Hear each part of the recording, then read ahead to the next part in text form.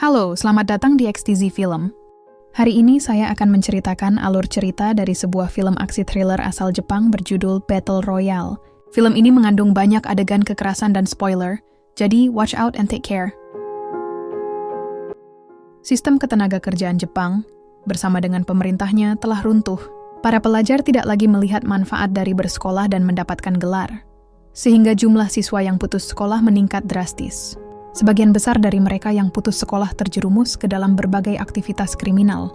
Para orang dewasa pun kehilangan kepercayaan terhadap anak muda, karena sebagian besar dari mereka kini dianggap sebagai ancaman. Dalam situasi darurat, satu-satunya cara untuk menyelamatkan masyarakat adalah dengan menyingkirkan para pelajar sebelum mereka benar-benar menghancurkan negara. Dalam upaya putus asa, pemerintah Jepang memberlakukan undang-undang reformasi yang disebut Battle Royale. Menurut undang-undang ini, setiap tahun satu kelas pelajar SMA akan dipaksa bertarung satu sama lain dalam permainan hidup dan mati. Hanya satu siswa yang akan bertahan hidup dari ratusan lainnya, dan itu dianggap sebagai cara untuk menstabilkan masyarakat. Film ini dimulai dengan laporan seorang reporter yang panik, mengumumkan kembalinya seorang siswi ke daratan utama Jepang setelah memenangkan permainan mematikan Battle Royale. Mungkin kita berpikir, seorang remaja yang harus menghilangkan nyawa teman-temannya demi bertahan hidup pasti akan mengalami trauma. Namun saat kamera menyorot ke wajahnya, dia malah menatap kita dengan senyuman yang mengerikan. Kemudian, kita diperkenalkan dengan tokoh utama film ini, Shuya. Dia adalah anak SMP yang hidup dalam trauma akibat ibunya yang meninggalkannya dan ayahnya yang mengakhiri hidupnya sendiri. Karena masalah pribadi tersebut, Shuya jarang hadir di sekolah. Satu-satunya teman dekatnya, Noriko, adalah gadis yang baik hati dan sopan. Dia tetap hadir di kelas meskipun hanya dia seorang diri yang datang. Karena perilaku buruk para siswa, guru mereka, Kitano, sangat tertekan. Suatu hari saat dia meninggalkan kelas, seorang siswa secara iseng menusuk kakinya. Setelah sembuh dari luka itu, Kitano mengundurkan diri dari pekerjaannya dan tak pernah lagi menoleh ke belakang. Beberapa waktu kemudian, Shuya dan Noriko kini telah masuk SMA. Kelas mereka bersiap melakukan study tour, namun semuanya berubah. Awalnya, perjalanan berlangsung lancar selama beberapa jam. Namun, saat Shuya terbangun dari tidurnya, ia mendapati bahwa semua teman-temannya tak sadarkan diri. Sopir dan kondektur bus terlihat mengenakan masker gas. Begitu mereka menyadari bahwa Shuya sudah bangun, kondektur langsung memukulnya hingga pingsan. Dalam adegan berikutnya, Shuya terbangun kembali dan mendapati dirinya berada di sebuah ruang kelas bersama seluruh teman sekelasnya. Satu persatu dari mereka mulai sadar, lalu melihat ke sekeliling, mencoba memahami apa yang sedang terjadi. Mereka semua menyadari bahwa ada alat aneh yang terpasang di leher mereka, dan benda itu tidak bisa dilepas. Tiba-tiba, beberapa helikopter mendarat di luar gedung, dan pasukan tentara muncul dari dalamnya. Bersama mereka, datang pula Kitano, guru yang dulu mereka hina, dan yang telah mengundurkan diri. Kitano, dengan dingin, memberitahu mereka bahwa mereka telah terpilih untuk mengikuti program Battle Royale. Di dalam ruangan, ada dua siswa asing yang tidak berasal dari kelas mereka, Shogo dan Kazuo. Keduanya adalah peserta yang sudah berpengalaman di Battle Royale dan kembali bergabung untuk pertandingan ini. Kitano kemudian memutar sebuah video instruksi untuk menjelaskan aturan permainan. Namun saat video diputar, seorang siswi berbisik kepada temannya. Tanpa ragu, Kitano melemparkan pisau ke arah kepala gadis itu dan menancapkannya tepat di dahinya. Dia pun meninggal seketika. Seluruh kelas langsung panik dan mulai menyadari betapa seriusnya situasi ini. Mereka akhirnya memperhatikan video itu dengan sungguh-sungguh. Ternyata mereka sekarang berada di sebuah pulau terpencil tanpa jalan keluar. Setiap siswa akan diberikan tas berisi perlengkapan bertahan hidup. Isinya hampir sama, namun senjata di dalam tas setiap orang berbeda-beda. Alat yang dipasang di leher mereka adalah pelacak dan mikrofon. Jika mereka mencoba kabur atau melanggar aturan, alat itu akan meledak. Salah satu siswa panik dan menolak mendengarkan penjelasan. Kitano lalu menekan sebuah tombol, dan alat di leher siswa itu meledak, membunuhnya di tempat. Kitano memperingatkan bahwa jika lebih dari satu siswa masih hidup setelah 3 hari, maka seluruh alat di leher mereka akan meledak. Tidak ada yang akan selamat. Ketakutan akan kematian yang kejam seperti teman mereka membuat seluruh siswa terpaksa menerima kenyataan brutal ini. Setelah itu, tentara mulai membagikan tas perlengkapan satu persatu, dan setiap siswa dipanggil keluar dari ruangan. Shogo dan Kazuo, dua siswa baru yang bukan dari kelas mereka, juga mendapatkan tas secara acak. Namun Shogo bersikeras meminta tas baru karena tas yang ia dapat terasa terlalu ringan. Keduanya sudah siap untuk mengeliminasi siapapun demi menjadi pemenang.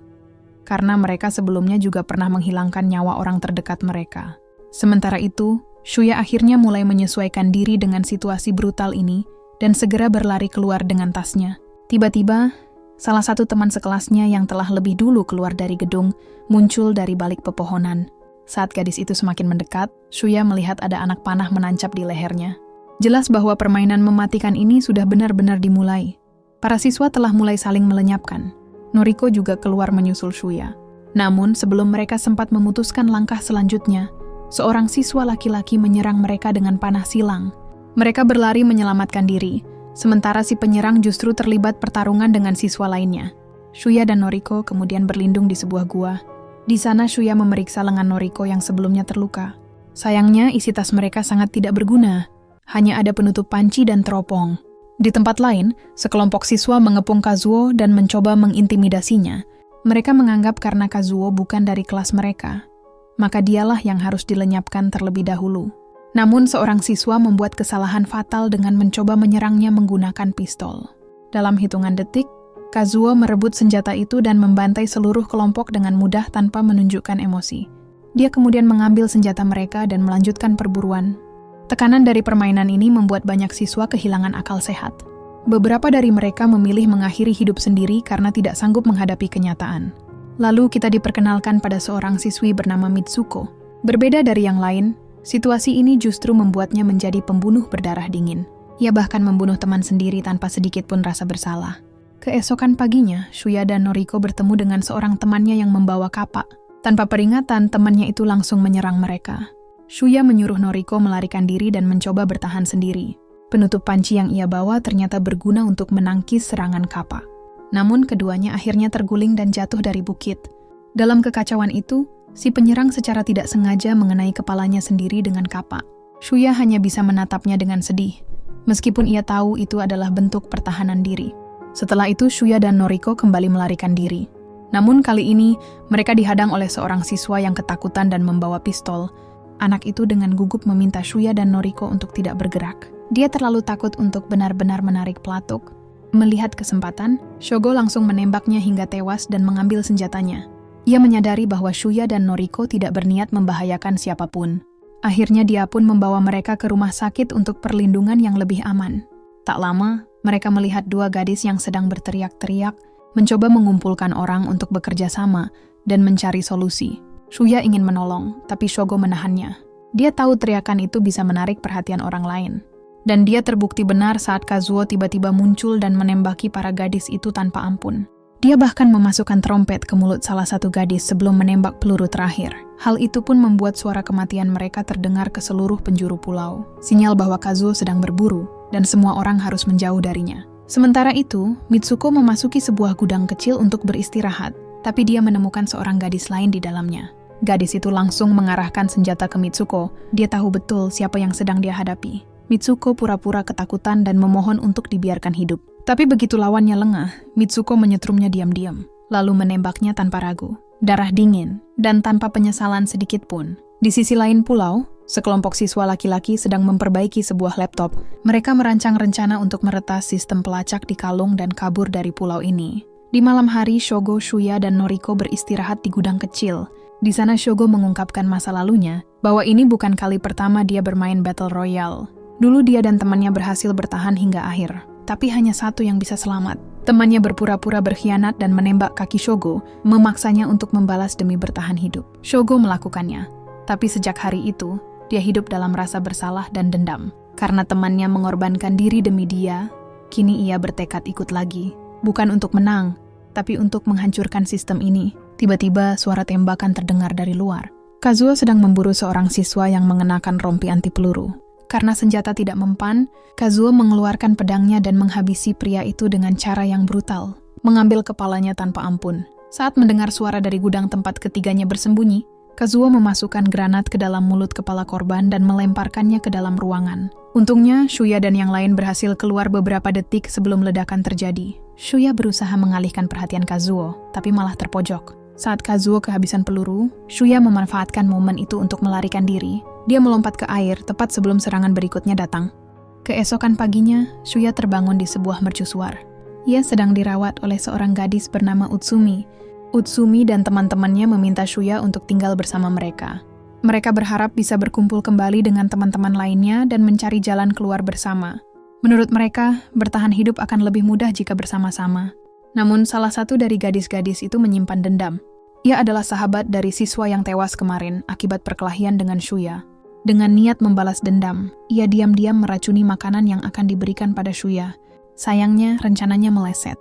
Seorang gadis lain lebih dulu memakan makanan tersebut. Tak lama kemudian ia mulai muntah darah dan meninggal di tempat. Kepanikan pun terjadi. Para gadis mulai saling menuduh dan kehilangan kendali. Salah satu dari mereka mengambil senjata dan menembaki yang lainnya. Akhirnya semua gadis tewas, kecuali si pelaku yang meracuni makanan. Shuya kemudian mengetuk pintu setelah mendengar suara tembakan. Gadis itu membukakan pintu dan meminta maaf. Lalu ia berlari naik ke atas menara.